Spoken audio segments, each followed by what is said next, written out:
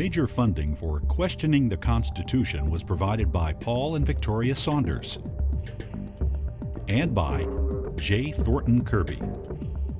Questioning the Constitution was produced in collaboration with the University of Virginia's Center for Politics. It's looked at as the gold standard by not only, people here who bother to take a look at the Constitution, but also by people throughout the world who are trying to get their governments in place. It doesn't take very long to read the Constitution. Any of your viewers, look, there it is. That's not a very big thing to go ahead and read. It's all in there. People in power will not protect our democracy for us. They have power. They like power. Democrats want to get their way. Republicans want to get their way. People have to push back and remind people of what these constitutional principles are. I think there are things that should change when I look at the Constitution. And I think there are things the Constitution should put in place. I think probably it's time to revisit the Constitution. Jefferson said very appropriately, a little revolution now and then is a good thing. And indeed it is. It applies as much to our time as it did to his. It has laid the cornerstone to be, and I repeat, the oldest continuously functioning democratic republic on earth today. All others have gone into the dustbin to history. Don't tinker with it.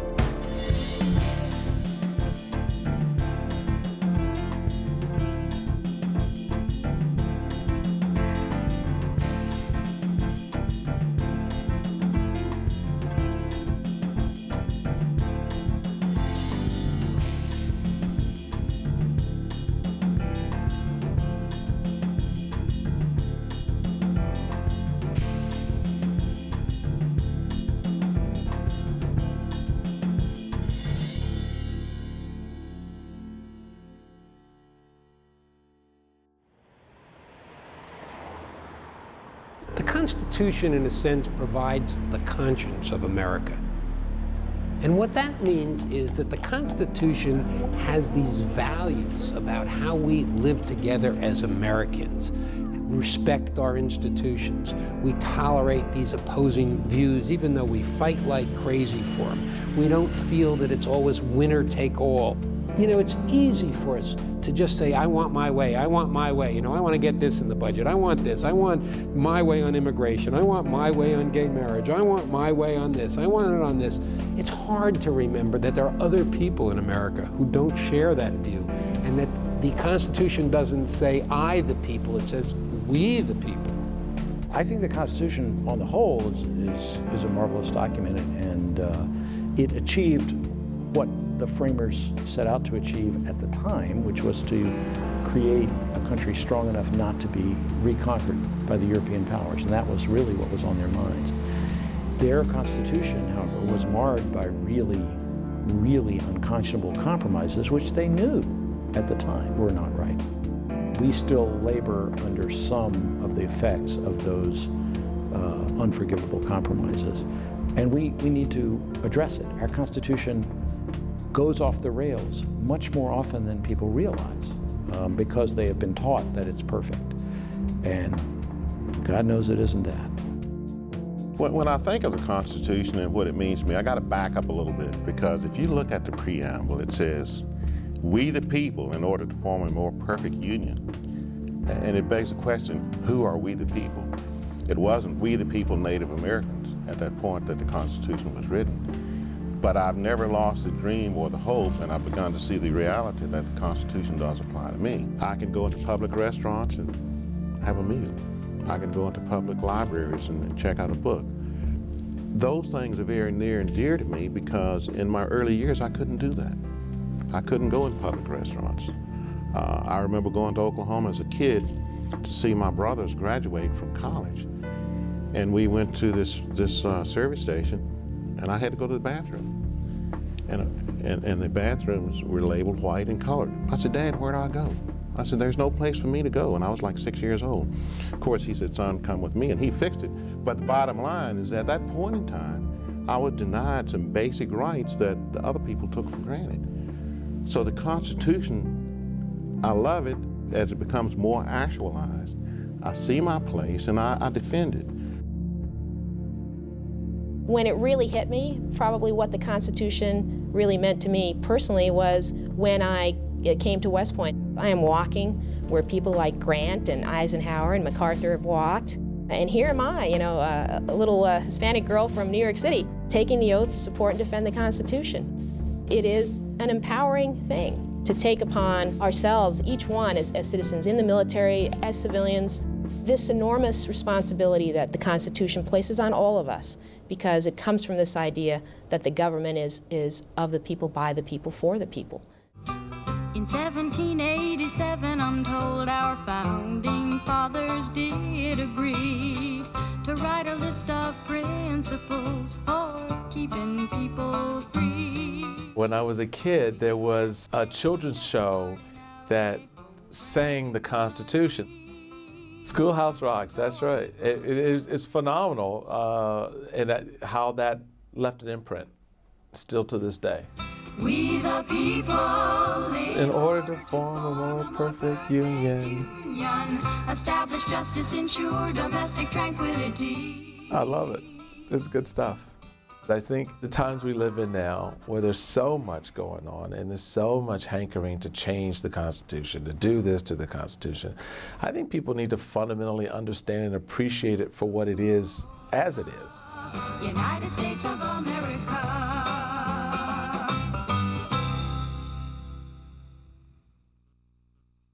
How many times have I referred to this magnificent instrument, which I often think it's almost by divine providence that these men gathered together in that hot constitutional convention and worked on it those period of time. And you know what Franklin said when he walked out, and a press person asked him, "What have you wrought?" And he said, "A document, a republic, if you can keep it." And that's been tested many times, and we've kept it. No, I think our Constitution has stood the test of time. I think we are the envy of other nations. Many countries have followed basically our Constitution. The three separate branches, I think, are pretty well clearly defined. They're co-equal. And the checks and balances, sometimes I think there are more checks than balances, because the way the Constitution is drafted, things proceed very slowly in government. Maybe that was the intent of the drafters, but sometimes things never seem to get done. People often say it would be wrong to change what the founders did. They need to go back and read what the founders said. They were pretty consistent about expecting us to have regular constitutional conventions. They wanted each generation to reconsider what they had done. Thomas Jefferson maybe was the most radical in suggesting that there ought to be a new constitution every generation, 19 years in his time. We certainly don't need a constitutional convention every 19 years. I think it's perfectly reasonable to have a constitutional convention in the first decade of every new century. Even if we change not a word, it would be a marvelous opportunity for civic education. People would learn about the Constitution.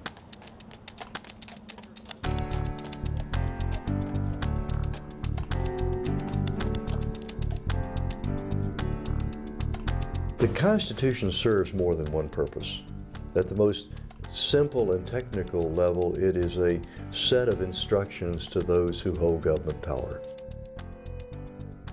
It's in the preamble that the framers have spelled out the lofty purposes of government, the general welfare, the common defense, and other purposes like that. I think if you linger over that language, then you begin to see what the philosophical or policy assumptions are that underlie the whole federal enterprise. So you begin with the preamble, and then as you move through the body of the document, it's actually fairly logically organized. Article 1 is the legislative article. That's the article that essentially establishes Congress, says what Congress's powers may be. So Article 1, quite simply, is the legislative branch. Article 2 is the executive branch, provides for the presidency, essentially to provide for the execution of the laws. There's some debate over whether there is inherent power in the presidency, but it does make him commander-in-chief as well as being the chief executive officer. Article 3 is the article that provides for the judicial system. It says there shall be a Supreme Court. Finally, as you move towards the latter part of the Constitution, you begin to get to things like supremacy and change. You look to the future, in effect. So you start with a statement of purpose, the preamble, you set up the three branches of government, you flesh out the federal system, and you look to the future. Of course, it contains lots of complicated implications. I mean, interpreting it, applying it, making it work, creates volumes of constitutional law. I mean, this is tradition, you know? It's just like... It's the little things. It's the little things at VMI that... Things that the courts can't see. That people can't see. If women come here, it'll be like, you know, it'll be like... what they want. Yeah, it's because the way it is now, it's because it's all male. And as soon as they come here, it'll change, so they still won't be gaining anything. We actually do teach the case involving VMI. It's U.S. versus Virginia. And it talks about these stereotypes that were pretty much enshrined in some ways in the law in the way cases were being decided, that men had a certain sphere where they were going to be active in and that they were capable in, and then women had another more limited sphere. And it wasn't in the same sphere which would allow women to be leaders, women to go into the military, women to contribute as well as men do.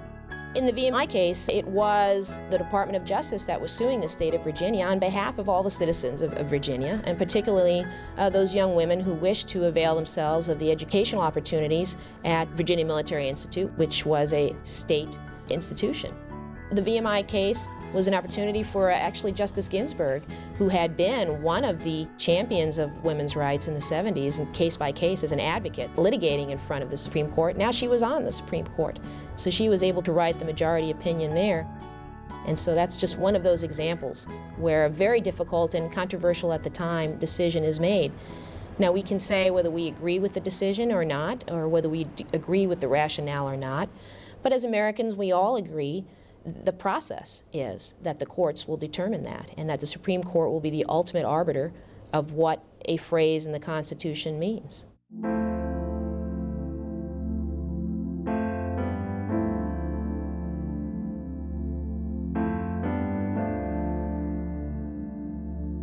Prior to the Constitution, we had a country in disarray. Our foreign predators were hanging out, waiting for us to fall apart. France, England, Spain. It was insanity. Washington, Madison, Hamilton, Jefferson all bemoaned the possibility of maintaining a nation. The Constitutional Convention is a model of compromise. And these were people as diverse, relatively speaking, as we are now. They came from different religions which actually had meaning. They came from states that were as distant and different as nations are today, and they did not like each other. But they understood the great need to create the we, so they made many compromises. You have to imagine when the framers were working on what became our Constitution, the challenge that they were confronted. Frankly, didn't yet know what a Constitution ought to look like. How do we write this Constitution, give the government the powers that it needs, that we think it needs to make America a great nation, but at the same time quiet the doubts and fears of people who said, no, that much power is bound to be tyrannical. James Madison was certainly one of the key figures. He came up with a plan and took that with him to Philadelphia. Many parts of Madison's plan were not finally adopted, but Madison had the political sense, the tactical sense to realize that he would have to make some compromises, and the main thing was to come out of the convention with a plan that worked. He proposed and wanted representation in the Congress to be based on population.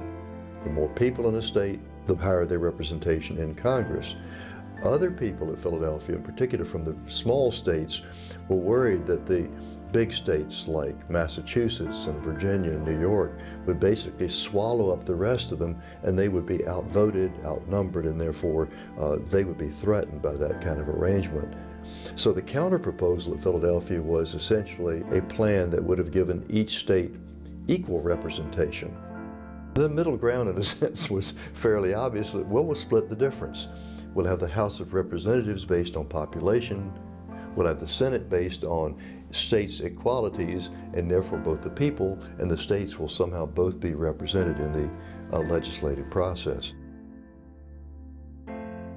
On the executive, that again was a compromise. They weren't willing to go as far as to have a popularly elected president. This was not the mindset of 18th century framers, but they also thought they should not have the president elected by, let's say, the Senate or by Congress, because that would make the executive dependent upon the legislative branch, and that would not be a sufficient separation of powers. As the convention moved along, they finally came up with what we know as the Electoral College, a very cumbersome and awkward kind of arrangement.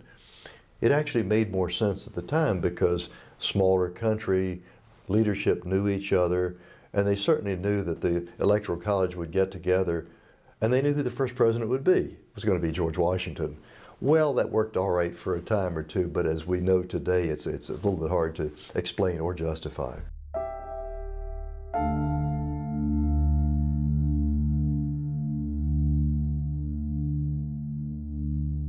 One of the key compromises made in Philadelphia was to build in certain protections for slavery.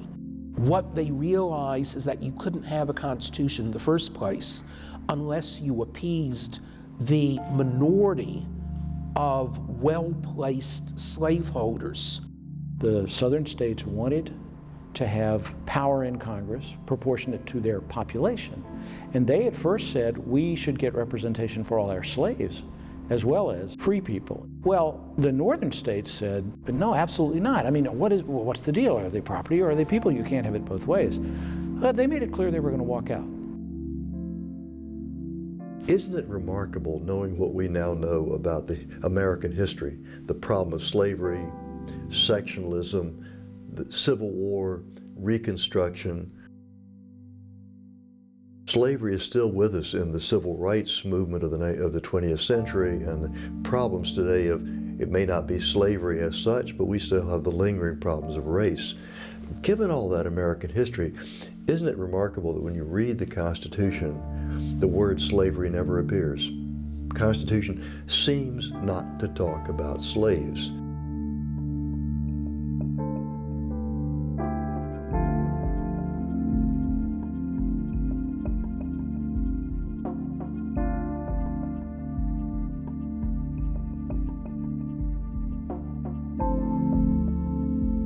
The framers of the Constitution agreed to what is called the 3/5 compromise, namely that in deciding the basis of representation in the House of Representatives, that you would count not only free population, but 3/5 of other persons being a euphemism for slaves. So the southern states wanted slaves to be counted one-on-one to swell their population. Northern states would have preferred that slaves not be counted at all. And so finally they just, in effect, came up with this 3/5 compromise, so that the text of the Constitution talks about 3/5 of other persons. That, of course, is now a moot point. I mean, that language no longer has any legal effect because of the 13th, 14th, and 15th Amendments, but it's still in there.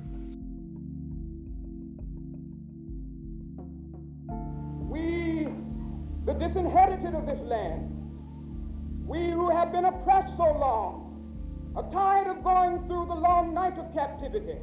And now we are reaching out for the daybreak of freedom and justice and equality.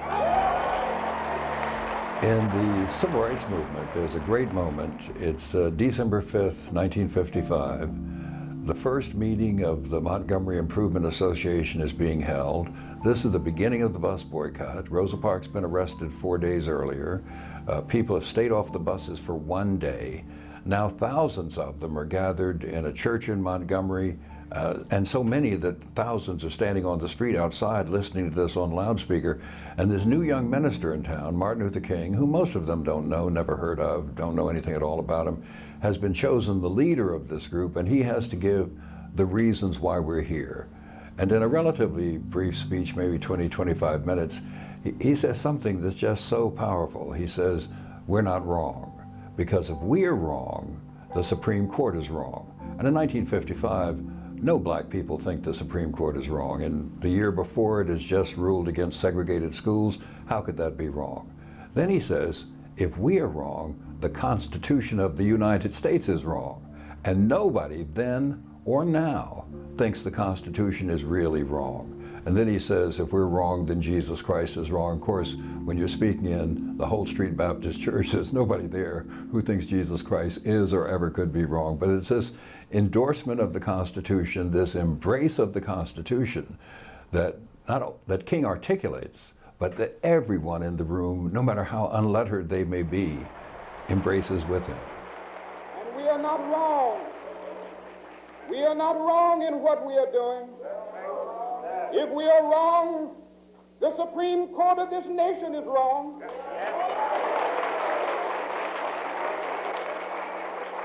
If we are wrong, the Constitution of the United States is wrong. If we are wrong, God Almighty is wrong.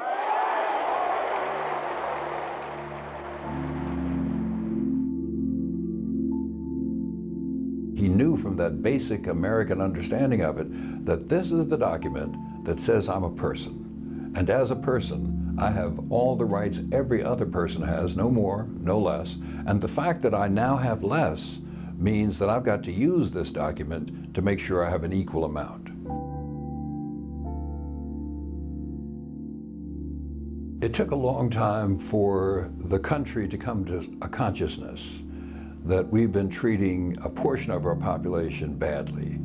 We've denied them the right to vote, we've denied them the ordinary protections of police, we've denied them just elemental, basic human rights, and we've treated them awfully. A movement arose, and the movement eventually won the hearts and minds of the American people and the hearts and minds of the Congress of the United States, and because of a courageous President, Lyndon Johnson, helped set right what had been wrong for 100 years. Now, along the way, there are many, many victories. Court victories won by the NAACP and other organizations, and these court victories depended on forging a new interpretation of the Constitution and new enforcement of what the Constitution said. So the 1960s is when all of what has been wrong is set right.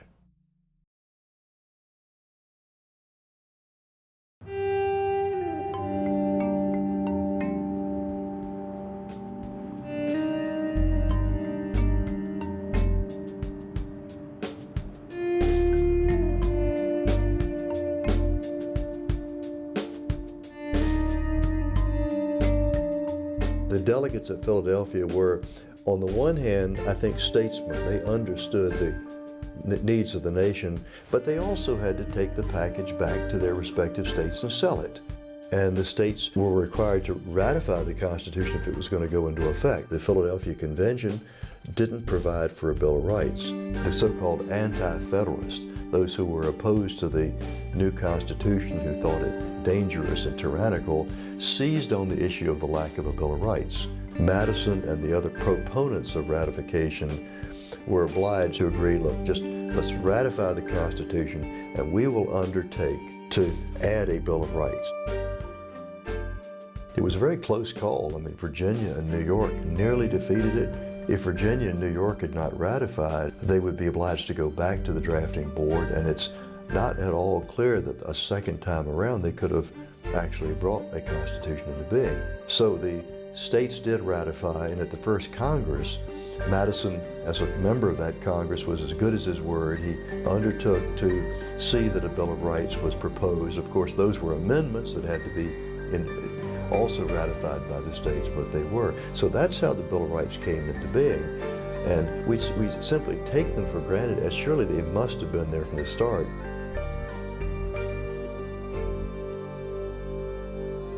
Constitution and constitutional law ought to be given in every high school in the United States, and I mean that. I made that point during the Watergate hearings when we'd have all these officers of the United States government, military and civilians, stand up there that had gone ahead and flouted the Constitution in every which way. And I asked them, do you ever read the Constitution? Do you have a course in it? No. Well, I'm here, men that raised, and women that raised their right hand, swearing to uphold the Constitution, which they've never read. So the answer is that's an enormously important part of anything that we do for the future, is teach our young people the Constitution. Most people out there don't have the foggiest idea what it's all about. You cannot write a law that's going to stop any sort of illegal behavior. You might make it more difficult, but people who want to misbehave are going to misbehave. It's up to those that are responsible for oversight, for enforcing the law to do that. And that was a great test. Had Richard Nixon succeeded and the committee that Senate and House failed, we would have been in a pretty sad state of affairs here in the United States. We made a conscious decision that our politics wasn't going to sink to his level, and we weren't going to allow him to trample the Constitution. The whole thing was about presidential power and going ahead and not allowing him to exceed his powers. Issue after issue that was raised, whether it was the break-ins or the spying or the language of the president himself and the orders of the president, the disregard of justice, just flew in the face of the entire Constitution of the United States. And it was in that broad sense, really, that Richard Nixon was condemned, never mind any specific act. And that's what it ended up being, was condemnation, because, of course, he escaped impeachment. I shall resign the presidency effective at noon tomorrow. Vice President Ford will be sworn in as president at that hour in this office. What did we learn? I don't think we learned very much, and we were right back at the same old stand, whether it's Mr. Reagan and Iran-Contra, or whether it was the recent actions of George W. Bush. Look, it requires constant vigilance. This thing does not carry itself. It's for us, and it's for us to go ahead and keep it as it was intended.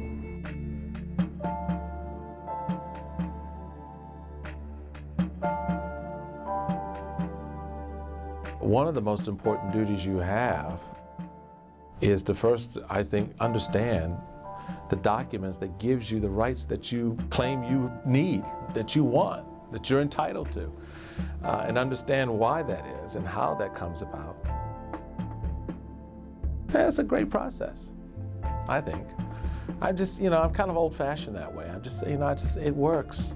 Why do you want to change it? It works. Yeah, I'm sure there are decisions in there that the Supreme Court will interpret and, in my view, misread in the Constitution, for example, with respect to Roe versus Wade. This whole privacy right does not exist, in my view, in the Constitution. That's the upside of it, is that you get to go back and forth. And over time, those hot issues, Roe versus Wade from '73, will get worked out. Here we are some 35 plus years later. And people's attitudes and perceptions have changed and are changing. That's a living debate that we can have. I don't need to change the Constitution to prove the point one way or the other.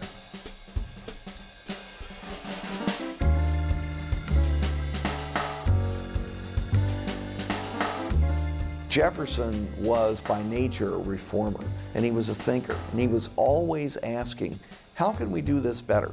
So Jefferson was certainly my inspiration, and I think he would be the inspiration for many others if they were to tackle constitutional reform. Jefferson had no fear of change. He had no fear of the future.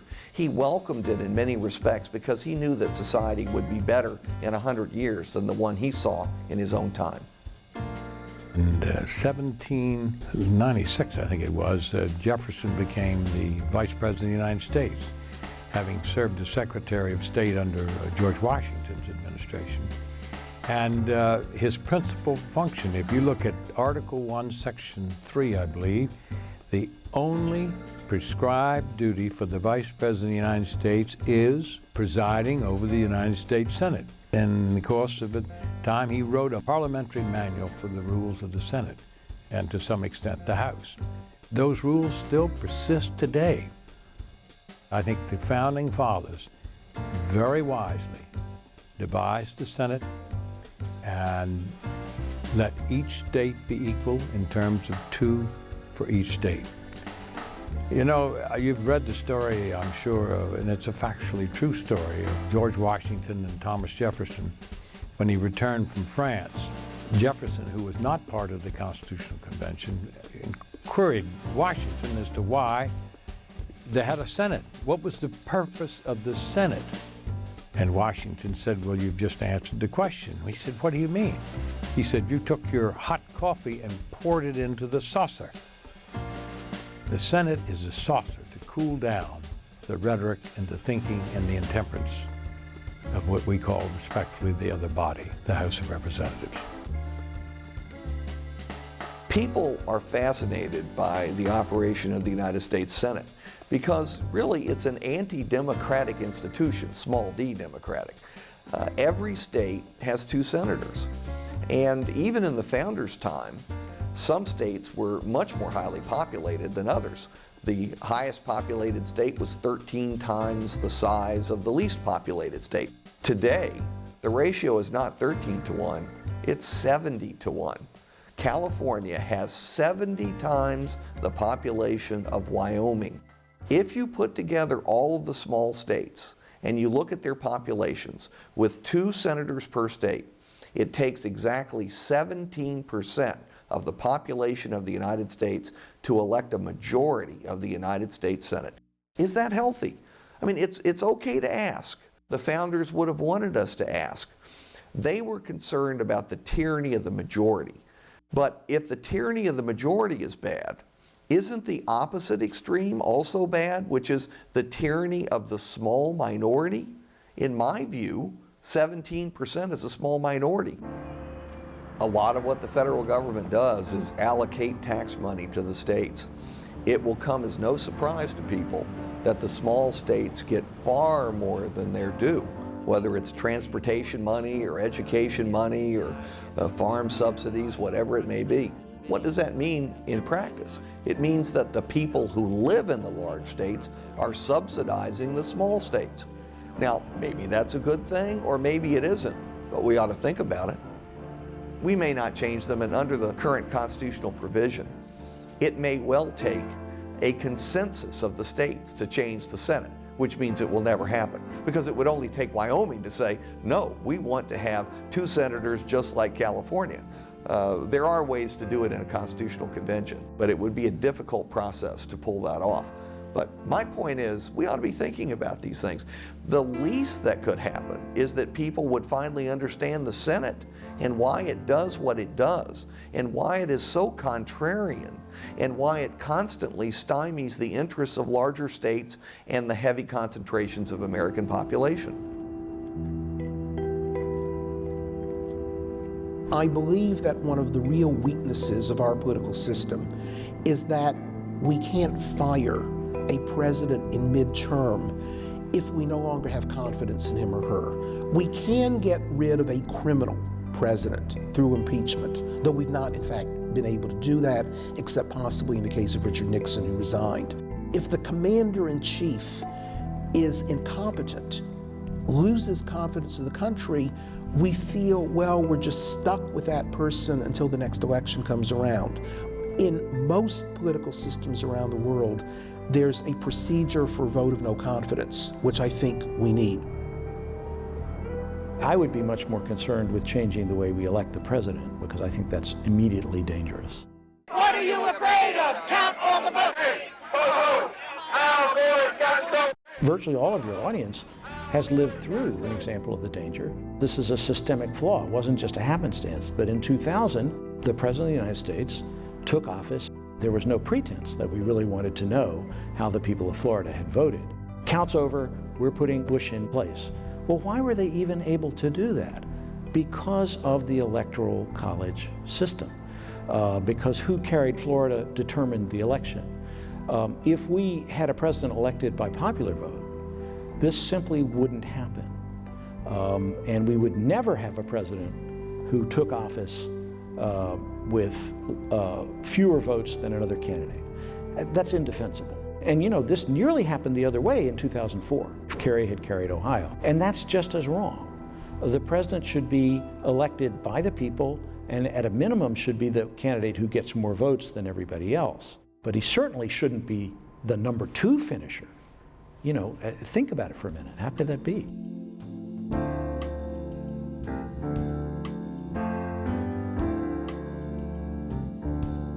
The United States has the most difficult to amend constitution in the entire world. People might remember that it takes 2/3 of each House of Congress and 3/4 of the states. This means that in order to win what I call the amendment game, You have to get 67 votes in the Senate, whatever 2/3 of 435 is in the House, plus a minimum of 75 state legislative houses. That's if you want to change the Constitution.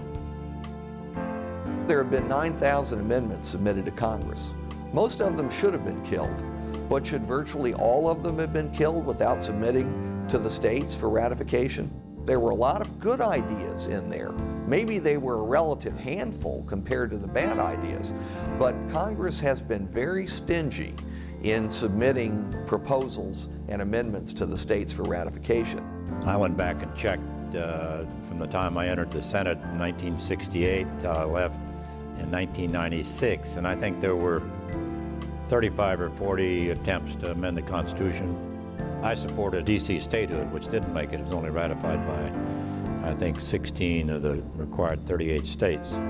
You can go down the list. Balanced budget amendment, voluntary prayer in school, line item veto, abortion rights. Some of those things I think should happen. Others, I just assume they didn't happen. One of the first pieces of legislation I worked on was the voting bill, the amendment in '78 for the D.C. residents to get the vote. And it went through the, it was just fascinating to be that close to it and watch this process unfold. The negotiations and the arguments and the threats and all that just to get it out of the Congress. And then you're sending it to 50 state legislatures, all of whom have a very different perspective and understanding of the District of Columbia. And it ain't happening. The states are like, I don't think so. And so you don't get your number. But that's the process.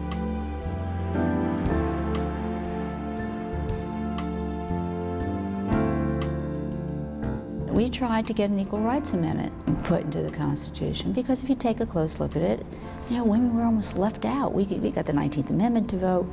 I worked on the Equal Rights Amendment when I was in Congress. It had taken from the time from 1923 to 1972 for it to come to the Congress for discussion. We haven't excluded people because of race. We had an amendment that stopped that. But let's stop excluding and discriminating against women because of gender, and let's put it in the Constitution. Had it passed, it would have been a great step forward for human rights, and I think for relationships between men and women in this country, but it failed. I guess the procedure, at least from my knowledge, seems to be okay. Everybody has a say. Everybody has a chance to say yes or no. The founders wanted to see some limitations on Congress.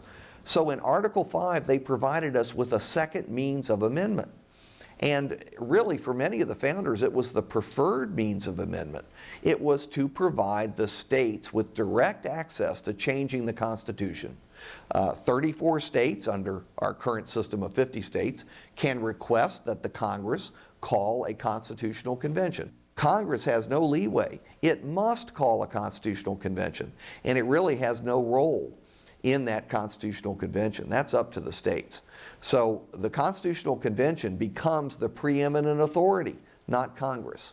You could never get an end to gerrymandering, the distortion of districts that favor the incumbents, through Congress. Of course they would never agree to that because it would threaten their re-elections. The only way we'll ever end gerrymandering really is through a constitutional convention, when individual delegates representing the states can take over the process and submit amendments to the 50 states, asking 38 of them to ratify. And the census of 2000 identified 4.1 million Native Americans and Alaskan Natives.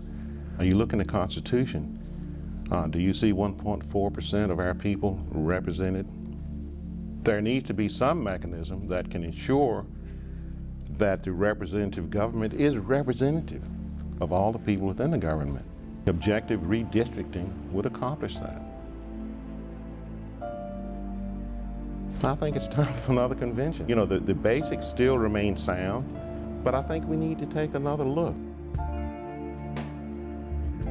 One of the things I fear about having a constitutional convention in a time of crisis is that the momentary concerns, understandable momentary concerns about national security, will pressure people, persuade them to make massive changes in the basic structure that would compromise individual rights and equality rights and expand the power of the executive for the future, not just for this temporary passing crisis.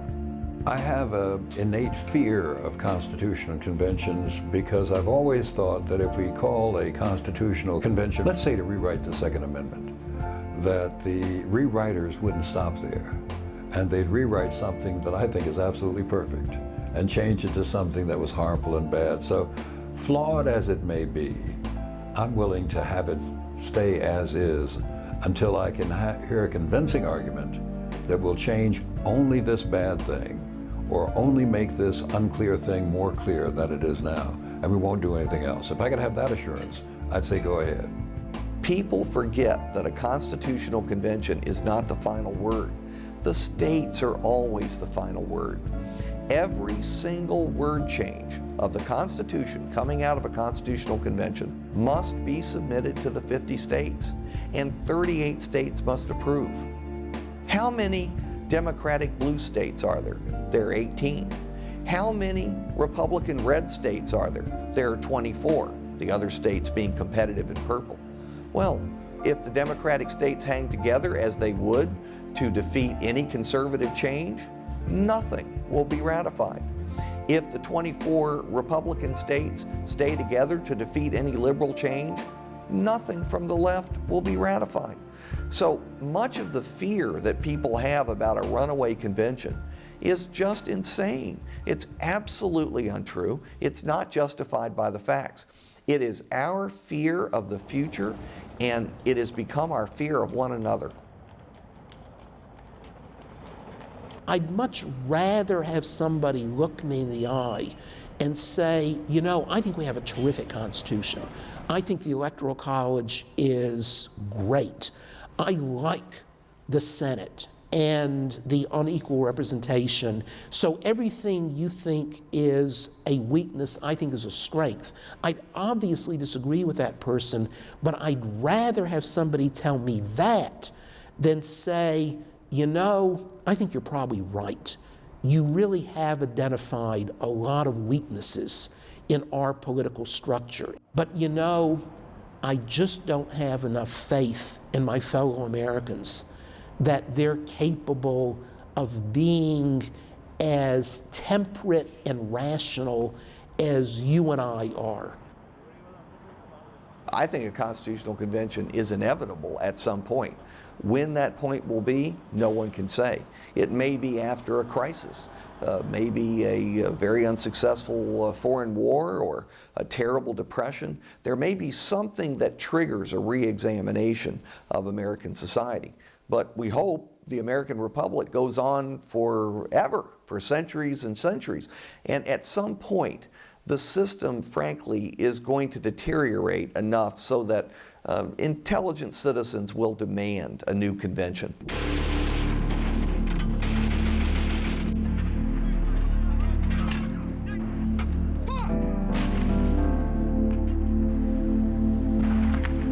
The President of the United States believes that he had the power to go into the war with Iraq on the basis of being the commander-in-chief of the armed forces. Now, anybody that's studied American history and American constitutional history knows that's a ridiculous claim. But does the public?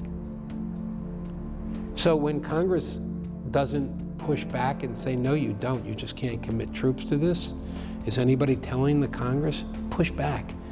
This is a decision about war. Maybe we should go to war. Maybe that's okay. But we should have a debate. This is the most critical decision a president or a country can ever make, committing our young people to potential injury and to killing others as well. You'd have to have a declaration of war. The last declaration of war was World War II. And our troops have been engaged many times, depending on the intensity of the conflict. And the Congress has never seen fit to declare war since. Why is a question I can't answer. I remember Ronald Reagan was telling me one time, there's that phone by your bed, and it rings at 4 o'clock in the morning. And the voice, in a very calm way, is in the command center of the Department of Defense or the White House or the various areas, and say, now, Mr. President, this is the situation. There's so many Americans about to be taken hostage. Our military is poised to take actions to do the rescue, but I must tell you, Mr. President, to do this rescue will have to involve the violation of the sovereign rights of nations, overflight, or whatever the case may be. What's the decision, Mr. President? He's got to make that decision. There's no time for the president to sit down and assemble a whole group of people. It's pretty clear to me that the 2 terms of George Bush have been an assault on the Constitution. We see it in the treatment of prisoners, we see it in the rules about wiretapping, we see it in a just narrowing of the freedoms we all enjoy. And unless we correct these or beat them back, we're going to live in a different America than we thought we were living in.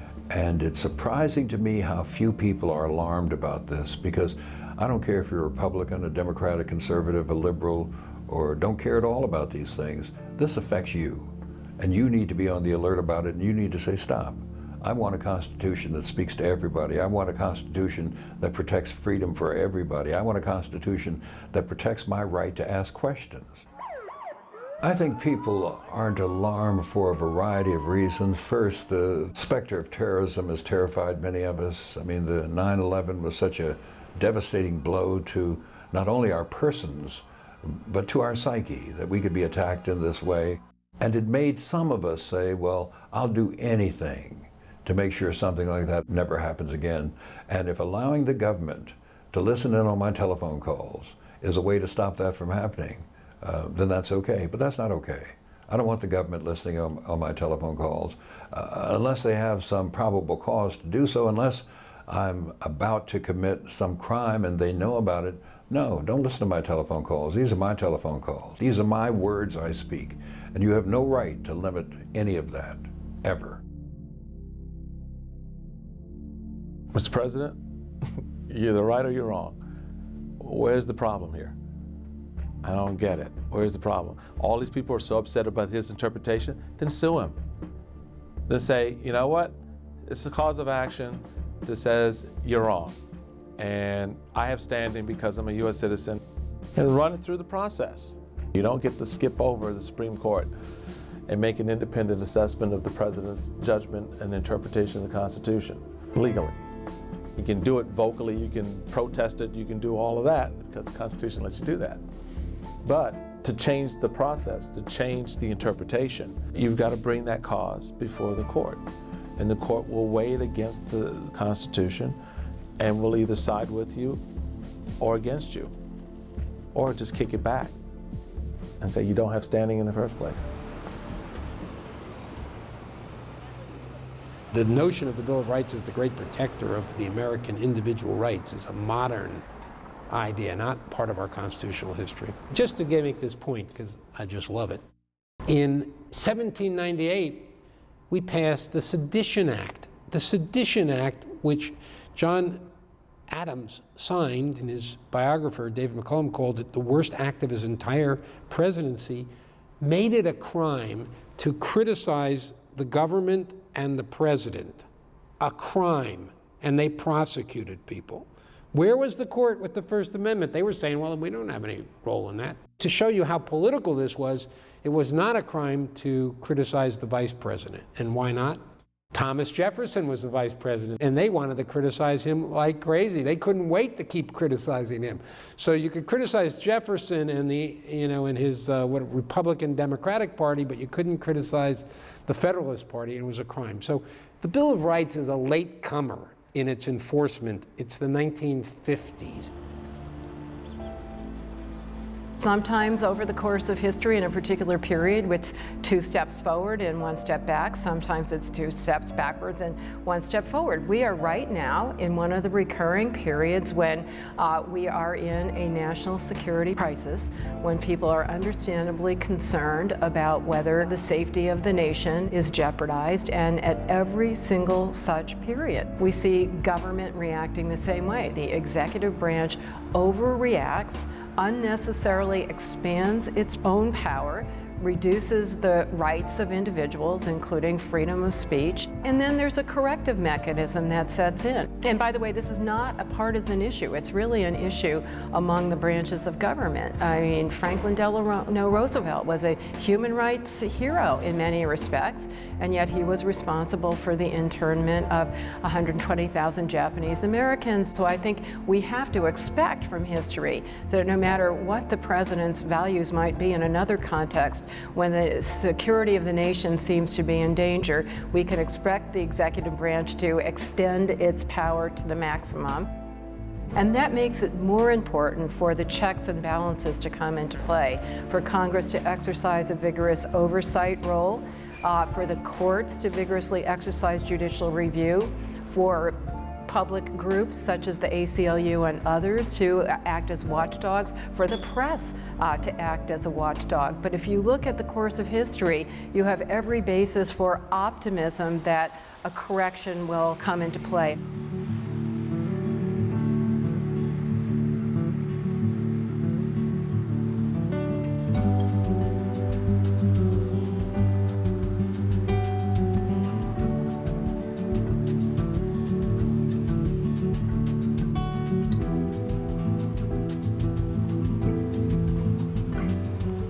Ours is a simple, fundamental document, and as John Marshall once put it in a case, it's meant to survive the crises of generations, to survive over time. Now, to do that requires interpretation. Many of the Constitution's most important phrases are really quite general: due process of law, equal protection of the law, cruel and unusual punishment. These are not self-explanatory words. They require someone to interpret them and give them meaning. And I think in a very real sense, the Constitution was meant to be not a static document, not for one moment in time, but meant to be an organic document, rather like the English common law. I think the framers were influenced by the sense of law as something which develops and takes on meaning from one generation to another. Madison and Jefferson in their correspondence were very fond of the phrase, "The earth belongs always to the living generation." And if one takes that seriously, and certainly they did, then it would mean that the Constitution ought not to be seen to be the Ark of the Covenant, somehow to be worshipped and never to be changed, but that as it shouldn't be just easily changed, it is fundamental law. It's not an ordinary statute, it's not in the code, and therefore it shouldn't just be subject to alteration by legislative majorities, but where change is clearly indicated, then it ought to come about.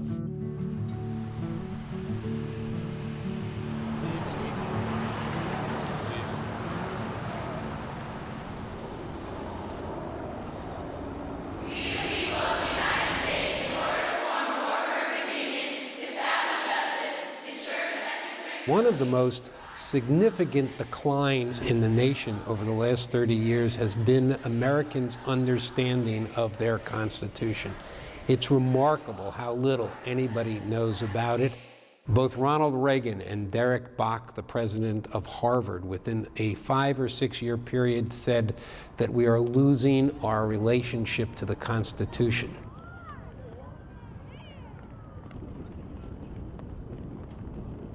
The Constitution guarantees freedom, and some people interpret that freedom as to do nothing and pay no attention to anything. So that's one end of the spectrum. But I hope that young people are guided and drawn to this magnificent document.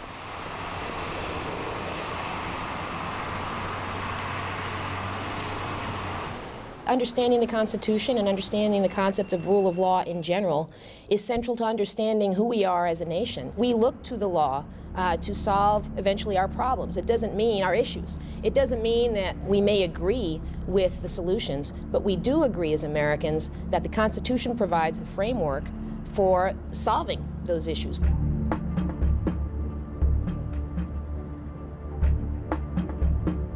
I think it is so important to have our nation's young citizens and future voters and candidates and Supreme Court justices learn about the Constitution very early, and I love the idea of presenting it to them as a work in progress, which it is. Even if it is not subject to a complete overhaul through the Constitutional Convention process, it's always subject to the amendment process. It's always subject to the interpretation process. It's always subject to implementation and enforcement, or to non-implementation and non-enforcement. And James Madison said at the beginning that it's only worth the paper that it's written on unless there are actual people who understand what their constitutional rights are and are willing to stand up and demand that government officials respect their rights. And the Constitution is not self-executing.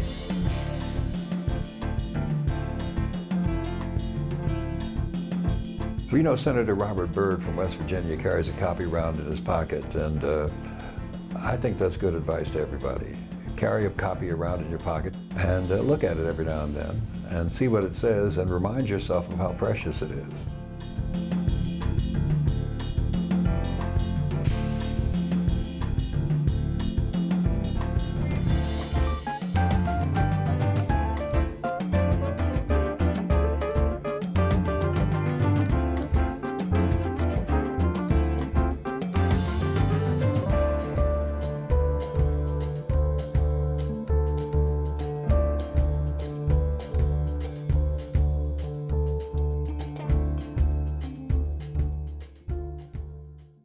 Major funding for Questioning the Constitution was provided by Paul and Victoria Saunders and by J. Thornton Kirby. Questioning the Constitution was produced in collaboration with the University of Virginia's Center for Politics.